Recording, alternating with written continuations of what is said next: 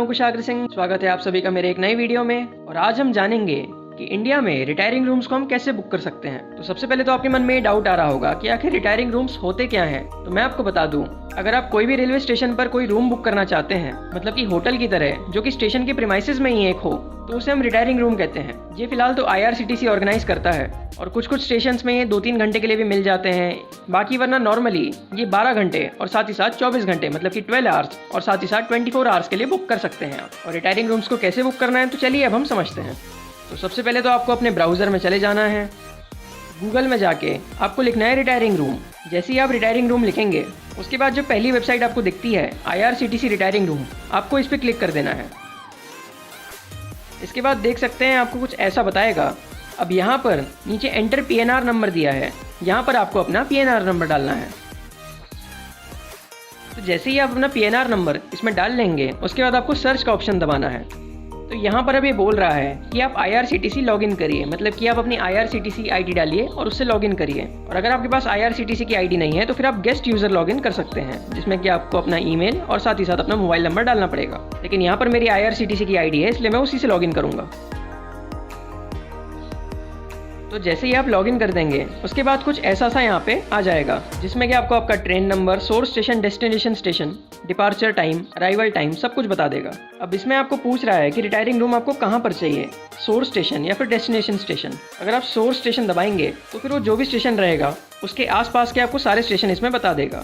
और अगर आपको डेस्टिनेशन स्टेशन पर रिटायरिंग रूम चाहिए तो फिर आप उसमें क्लिक कर सकते हैं। तो मुझे डेस्टिनेशन स्टेशन पर चाहिए, इसलिए मैं वो क्लिक करूँगा। तो जैसे कि मुझे यहाँ पर इंदौर जाना है, तो इसलिए मैं इंदौर जंक्शन को क्लिक करूंगा।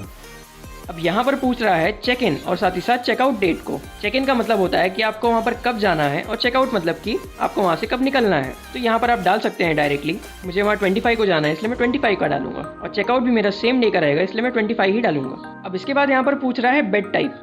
तो बेड टाइप पर यहाँ पर दिया है डॉर्मेट्री या फिर डबल। तो मैं आपको बता दूं, डॉर्मेट्री का मतलब होता है कि वहाँ पर बहुत सारे बेड्स हो, मतलब कि एक बहुत बड़ा सा वहाँ पे कमरा होगा जिसमें कि कई सारे बेड्स होंगे, जैसा कि आप हॉस्टल में देखा करते हैं, बिल्कुल उस टाइप का। अब उसमें जो वॉशरूम भी है वो भी कॉमन वॉशरूम रहेगा, आपको अकेले के लिए नहीं मिलेगा। और वहीं अगर हम डबल की बात करें तो डबल का मतलब होता है कि उस एक रूम में 2 बेड लगे हों और उन दोनों बेड में 2-2 जन सो सकते हैं, मतलब कि 4 जन उस डबल रूम में आ सकते हैं। ये एक फैमिली के लिए होता है स्पेशली। और इसके अलावा एक और सिंगल रूम होते हैं जो कि नॉर्मली हमारे होटल की तरह हो रहते हैं, जिसमें कि सिर्फ एक बेड रहता है, जिसमें 2 पर्सन जा सकते हैं। अब हर स्टेशन के हिसाब से आपको अलग अवेलेबिलिटी पता चलेगी। अब यहाँ पर इंदौर जंक्शन में मुझे डॉर्मेट्री और डबल का ऑप्शन बता रहा है। अब यहाँ पर सिंगल का ऑप्शन तो है नहीं, तो इसलिए मैं यहाँ पर डबल का ऑप्शन क्लिक करूंगा। अगर आप चाहें तो आप डॉर्मेट्री भी क्लिक कर सकते हैं, आपकी जो श्रद्धा हो आप वैसा रूम बुक करिए। अब यहाँ पर पूछ रहा है AC स्टेटस, मतलब कि यहाँ पर आपको AC रूम चाहिए या फिर नॉन AC रूम चाहिए। मुझे यहाँ नॉन AC रूम चाहिए, इसलिए मैं नॉन AC क्लिक करूँगा। इसके बाद यहाँ पर पूछ रहा है कोटा। तो कोटा में हो सकता है लेडीज़ कोटा हो, मेंस कोटा हो या फिर जनरल कोटा हो। मेरा यहाँ जनरल ही बता रहा है, इसलिए मैं जनरल क्लिक करूँगा। अब यहाँ पर देखिए आपके पैसेंजर्स के बारे में बता रहा है। अब हमारा रिजर्वेशन 2 लोगों का है, इसलिए यहाँ पर 2 पैसेंजर्स के बारे में बता रहा है। अब आपके रिजर्वेशन के हिसाब से वहाँ पर पैसेंजर्स बताएंगा। और अगर आप वहाँ चाहें कि वहाँ कोई स्पेसिफिक पर्सन ही जाए और कुछ लोग ना जाएं, तो फिर यहाँ पर आप अनटिक कर सकते हैं या फिर उन्हें वापस से टिक कर सकते हैं। उसके बाद आप जैसे ही यहाँ पर देख लेंगे कि पैसेंजर्स बराबर है, तो फिर आप यहाँ चेक अवेलेबिलिटी पर दबा दीजिए।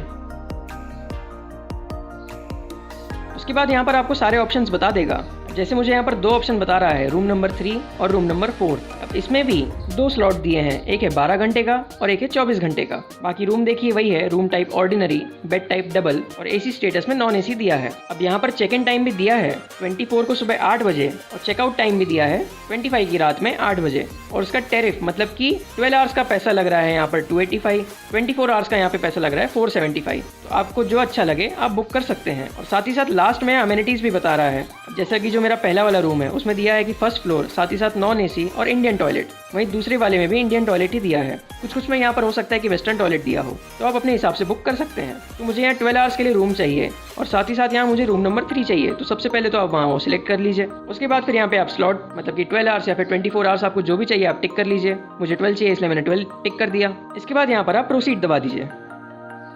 अब देखिए यहाँ पर सब कुछ आ गया है पैसेंजर डिटेल्स में कि रूम टाइप ऑर्डिनरी जो भी आपने टिक किया हो, और टैरिफ मेरा लग रहा है 285 रुपीज़ का। अब अगर आपके पास GSTIN नंबर है तो आप वो डाल सकते हैं, नहीं तो फिर बाकी आप अपनी यहाँ पे पर्सनल डिटेल्स डाल दीजिए। अब यहाँ पर आईडी पर आपने जो भी डाला होगा, मतलब कि भले ही वो आधार कार्ड हो या फिर आपका ड्राइविंग लाइसेंस हो, तो आपने वहाँ पर जो भी आईडी डाली थी उसे आपको रूम में चेक इन करने के टाइम पे ले जाना पड़ेगा। मतलब कि वो लोग वहाँ पर पूछते हैं कि आप अपनी नेशनल आईडी दिखाइए, और आपने वहाँ पर जो भी आईडी डाला होगा, मतलब भले ही वो आधार कार्ड हो या फिर कुछ भी हो, वो आप उन्हें शो कर दीजिएगा। मैं आपको बता दूं ये चीज़ बहुत ज़रूरी है और इसके बिना आपको वहाँ एंट्री नहीं मिलेगी, तो इस चीज़ का ध्यान ज़रूर से रखें। तो यहाँ पर सारी चीज़ें डालने के बाद आप सीधा प्रोसीड पे दबा दीजिए। तो यहाँ पर आपकी सारी डिटेल्स आ जाएगी समरी में लिख के, तो ये आप चेक कर लीजिए एक बार। और उसके बाद लास्ट में यहाँ पे टोटल अमाउंट आप देख सकते हैं थोड़ा सा बढ़ गया है, क्योंकि IRCTC सर्विस चार्ज 20 रुपये और साथ ही साथ GST 3.5 रुपये के लगभग बढ़ गया है। तो यहाँ पर आप I accept the terms and conditions कर दीजिए और उसके बाद मेक पेमेंट पे दबाइए। अब आपको जैसे भी पेमेंट करना हो आप दबा दीजिए। अब यहाँ पर भी अगर आप UPI से पेमेंट करेंगे तो फिर आपको चार्ज निल लगेगा, वरना बाकी सभी चीज़ों में नेट बैंकिंग हो, वॉलेट हो, कुछ भी हो, आपको उसमें थोड़ा बहुत चार्ज लगेगा। तो एक बार बुकिंग कंफर्म होने के बाद में आपको ऐसा कंफर्मेशन आ जाएगा जिसमें यहाँ पर QR कोड भी रहेगा, ट्रांजैक्शन ID वगैरह सब कुछ यहाँ पर लिखा हुआ है, सारी आपकी डिटेल्स है, और लास्ट में स्टेटस कंफर्म भी लिखा हुआ है। तो अगर आप चाहें तो इसे प्रिंट भी कर सकते हैं, सारा कुछ आप पढ़ सकते हैं। और मेनली यहाँ पर आपका सारा रिटायरिंग रूम बुक हो चुका है। और बाई चांस अगर आपको वो चीज़ ना मिले, मतलब कि कंफर्मेशन अगर आपको ना मिले, तो फिर यहाँ जो ऊपर आपको ID का बटन दिख रहा है इसे आप दबाइए, यहाँ पर माई अकाउंट में जाइए और देखिए यहाँ पर आपको आपके ट्रांजैक्शन दिखा देगा। इसको साइड में ले जाके आप यहाँ पर प्रिंट का ऑप्शन दबा सकते हैं। तो यहाँ से देखिए सेव एज PDF हो रहा है, तो अगर आपको प्रिंट करना है तो आप यहाँ पर प्रिंट कर सकते हैं। बाकी अगर आप कैंसिल कराना चाहें तो फिर वो जो X का बटन है आप उसे दबाकर यहाँ पर कैंसिल भी कर सकते हैं। कैंसिलेशन का जो रूल है IRCTC का, उसके हिसाब से वो ये बोलता है कि अगर आप 2 दिन एडवांस में उस रूम को कैंसिल करा रहे हैं तो फिर IRCTC 20% अमाउंट अपने पास रख लेगा, बाकी का पैसा आपको दे देगा। अगर आप 1 डे एडवांस में कराते हैं कैंसिलेशन तो फिर IRCTC 50% पैसा रखेगा और 50% आपको देगा। और अगर उसी दिन आप कैंसिल कराना चाहें तो फिर आपको कोई रिफंड नहीं मिलेगा, लेकिन कैंसिल हो जाएगा रूम। तो फिर यहाँ से आप कैंसिलेशन चार्ज भी समझ गए होंगे IRCTC का।